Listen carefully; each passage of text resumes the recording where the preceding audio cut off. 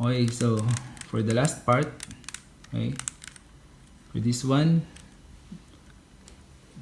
no corner pieces in the right orientation, so we need to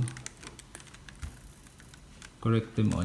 Okay, so for this one, we need to follow one set of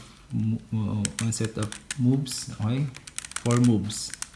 So R prime, D prime, R, and D. Okay, so that's just it, 4 moves. Okay, so for this one, you can pick anything, any color to be in front. So for example, let's pick this blue. Okay, and make sure that the corner you're going to solve is on the upper right, on the right side. Okay, so this one. So let's do it. So if we pick this blue color in front, this will be the one in front until we finish the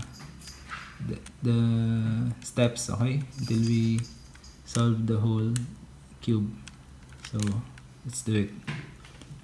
So R prime, D prime, R, D. One more. R prime, D prime, R, D. Okay, still nothing. R prime, D prime, R, and D. Nothing. One more. R prime, D prime, R. Okay, so and D. There. Sometimes when you see this corner piece already in place, you will be able to forget to complete the steps, the D. Okay, so don't forget that. Okay, because if you forget that, you will ruin everything. Oh, no. Now when it's done, we'll just rotate this top layer so that we will put another corner piece here on the upper right corner. Okay, and then do the moves again.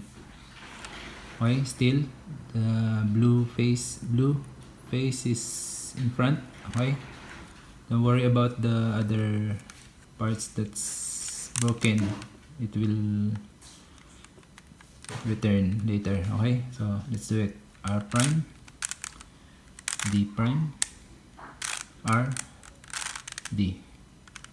R prime, D prime, R, D. Okay, so there. Correct. Okay, next we rotate this one again so that we have this another corner piece to put in the right orientation. So we do the steps again. So R prime, D prime, R, D. Okay, one more. R prime, D prime, R, D. One more. R prime, D prime, R, D. Okay, one more. R prime, D prime, R, D. Okay, so there it is again in the correct orientation. Then just rotate again this top layer so that let's put the last corner here, last corner piece that we need to solve. Okay,